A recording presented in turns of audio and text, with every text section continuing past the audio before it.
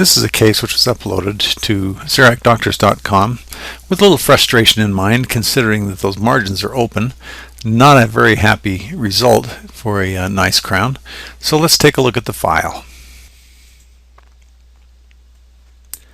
Here's the proposal in the arch as it was prepared to be milled, and it looks pretty nice. Nice looking crown. Height of fissure 1.48. That's pretty good. We'll turn that off so we don't have to worry about that anymore. A little bit of folding in the gingival areas on the lingual. I might have taken a plus tool and just filled that out just a little bit like that. Maybe a little bit over here, and then gone back with a smooth tool and made it a little bit bigger and just smoothed that off. That might have made that edge just a little nicer.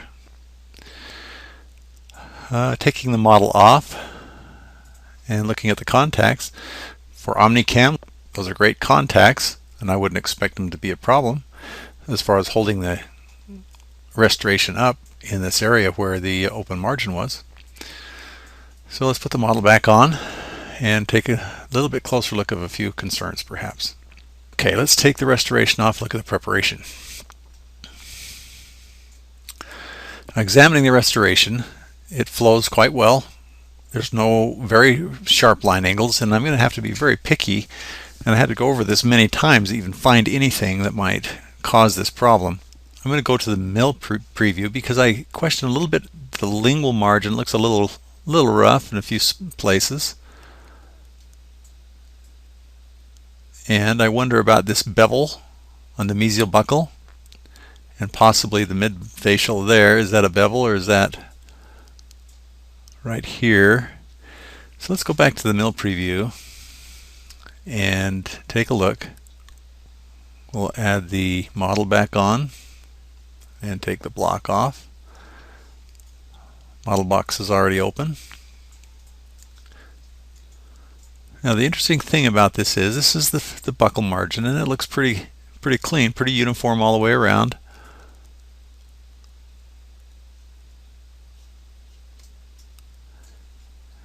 On the mesial lingual corner and the midlingual corner, there's a couple of large silver areas, and that might be interesting to take a look at that. Notice the silver is where it's touching the tooth, and also know that margins are always milled in veneer mode, so there could be some undermilling, and this is looking like there's some undermilling there. So let's turn this over and watch right here and see where this is in this area. We'll click off the restoration now. So right in here there's something going on that's causing some overmilling or undermilling.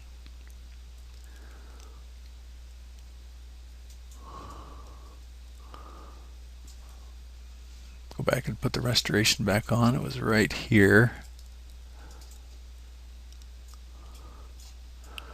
Could be a very small ridge right there. I'm going to turn this around so I can see it easier. So we're looking right through here where there's some overmilling or undermilling, and maybe the rim right here as it gets close to the margin, maybe a little hill right there, creating that, and another spot over here in this area where there's a little ridge as you follow this preparation down to right there. There's a very skinny ridge right there. Right there, and since it's fairly close to the margin, the milling burr couldn't take that out in regular mode and just overmill that because it's too close to the margin, so it didn't dare. Let's put that back on. So it was right in this area, right in here.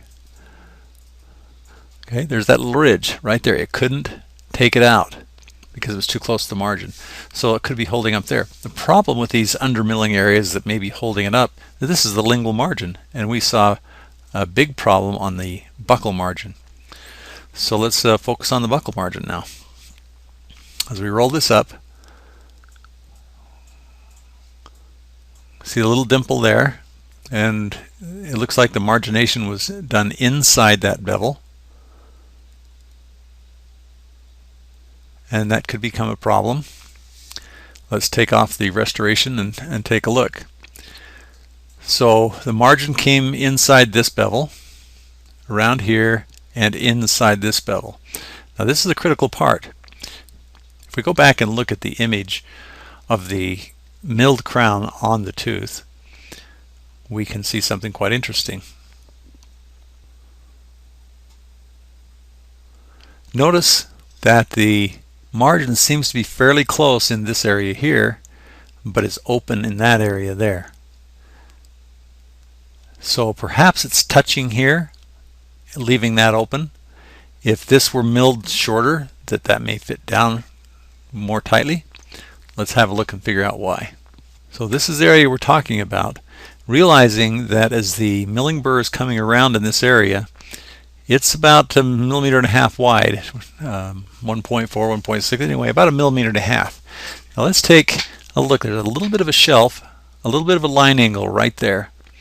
And remember that the margin comes inside that bevel right there. So the width right here, let's measure it.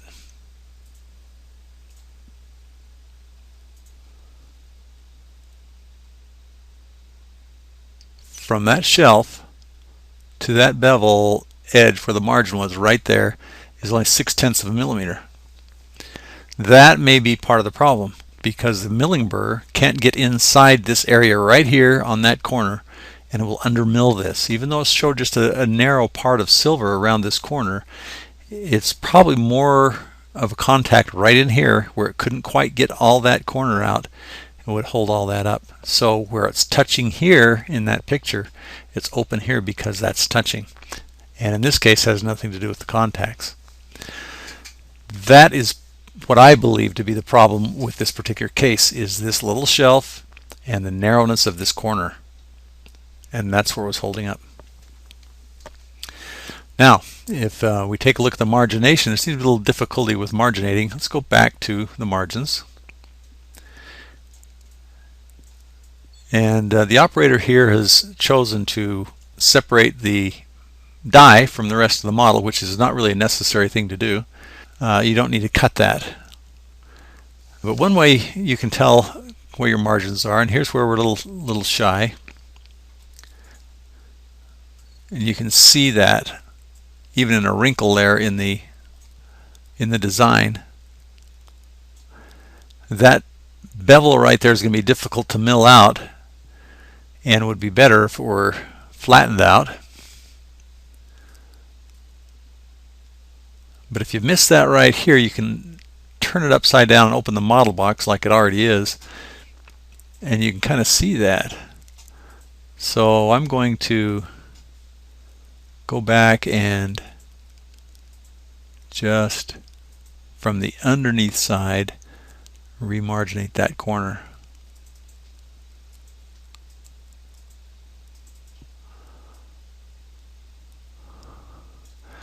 Now ideally we wouldn't have that little bevel there, but I'm going to marginate that as well and then turn it over and see what it looks like. See how it came down over that margin, came down over that bevel there.